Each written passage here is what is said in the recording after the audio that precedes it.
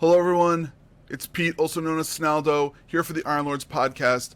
I did a review for this game called Esports Life Tycoon by the developer Uplay Online. Now, we were given this key to do a little bit of an impression video for you guys for a first look of how this game is, and I asked to give it a try. The reason for that is I actually have played a very similar game called YouTuber Life, which is very, very similar. Now, there's lots of similarities between the two games, but one of the most interesting things is this one is surrounded by esports. Now, the esports genre, as many people know, is not only one type of game. Esports is first-person shooters, MOBAs, world-first type raids, things like that. It's not just one type of game. Now, for instance, this game, I was able to play it for probably about 3 hours before I started getting a little tired of it, because it had one type of game from what I saw, and that was League of Legends type gameplay. One of the things I wanted to add was the customizing. The customizing portion of this I thought was really, really cool, because all 5 of your first team members, you were able to customize what they were looking like, what their clothes were, and you could essentially make your team almost exactly 100% how you wanted them to look. Or your esports shirts, like how they looked and where your team was from, and I thought that was really cool. And you were the owner, so you were able to customize your character also. So he ended up looking the way you wanted him to look. Now, as for the game itself, the graphics of it are pretty on point. It's just like YouTuber's Life was, which I played, it's got to be almost 2 years ago, maybe 3 years ago. And the animations of the people are very clean, crisp, and I really liked that aspect of it. As for the gameplay, it was very fluid, very clicky. It's one of those games that you could use as a time sink. So it's just, here and there. It's like, okay, we're going to click here, we're going to click there. Okay, cool. This is cool. Okay, cool. Now, one of the things that I found most interesting was the concept of the game. The concept of the game was to produce an esports team, to allow you to make money through sponsors, and to make sure that your team was able to compete in these competitions, and you were making money for your sponsor, for yourself, and for your team. And you did that in a couple of different ways. It's actually really one way of doing it, but the way you did it was you built your team. You got your 5 people right from the start, which is fantastic. But if somebody got hurt, you had to recruit another player to come in to fill up your team, and you could pick what slot, if it's a first starter or a backstring person or a captain.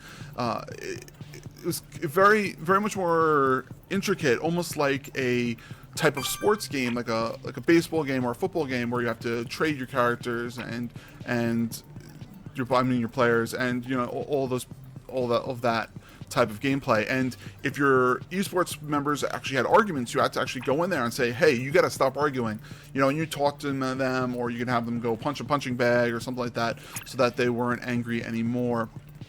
Now, for the options that you had, from the ones that I saw, were you had an analyze, which was you pretty much scoping out the other team to see what they were doing. I think that was called a scouting, if you will. And then another one was gameplay, so you can actually go and you play your game, and you can make your team more cohesive. Or you had your, I think it was your strategy type part of it. Now the chemistry. That's what it was, chemistry. Now, the chemistry side of it also, it was with your team to see who would be better doing this and that. And then your final thing was your height bar. So your height bar, you ended up taking that, and you ended up seeing how many followers you can get. And the more followers you got, when you won a competition, you got more money. So if you had 1 bar, it's 25%, 2 bars, 50, so on and so forth, or 4 bars, which is 100%, which is the full amount which you would get. And I only was able to get it to 100% once. Now, my characters were kind of low, so it wasn't really a fantastic job for me to be able to do that, but I was able to do it. Now, I'm not a fan of League of Legends, so I went into this knowing almost no information about what to do, and the game itself gave you a very decent tutorial to go through the process so that you would learn how to play League of Legends. Now, you'll see some of that gameplay shortly. Now, the meat and potatoes of the game was this simulation MOBA, if you will, that looked very similar to League of Legends.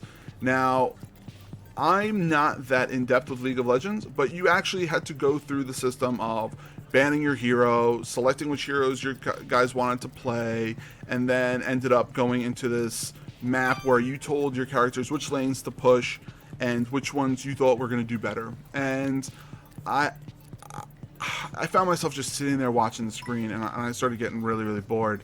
And I really had high hopes and hoping that it had a lot of different type of things you could do, and it just did not. It was just the one. It was just the MOBA from what I saw, and I was a little depressed about it.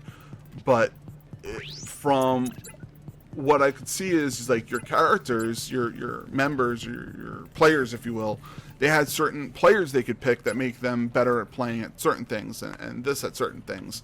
And I thought, that's cool, but I don't want to be sitting here doing a game like this and having to make charts and spreadsheets on which is going to be a better character for my character to play. I just want to be able to sit, play, and enjoy. And I was a little sad about that. But all in all, the game was kind of cool for the little bit of time I played it, and it was fun. And I'm not going to sit there and say, hey, you need to go out and go get it. But if it's on sale for like couple of bucks, I'm talking like $5, then pick it up. It's cool. It's not something you're gonna sit and play for hours. But so I'd like to thank once again for the developer Uplay Online for developing this game. And like I said before, it's a very cool game and a great concept, but it seems like it's lacking in a lot of aspects, and it's very much pushing only one type of genre of gameplay, which I was very sad about. So thank you very much for checking us out. And just to remind you, the Iron Lord podcast is on at 12 on Sundays. So go check us out on YouTube. Hit us up on Twitter, Instagram. Hit that sub button. Thank you all for checking out this video, and have a great day. Thank you.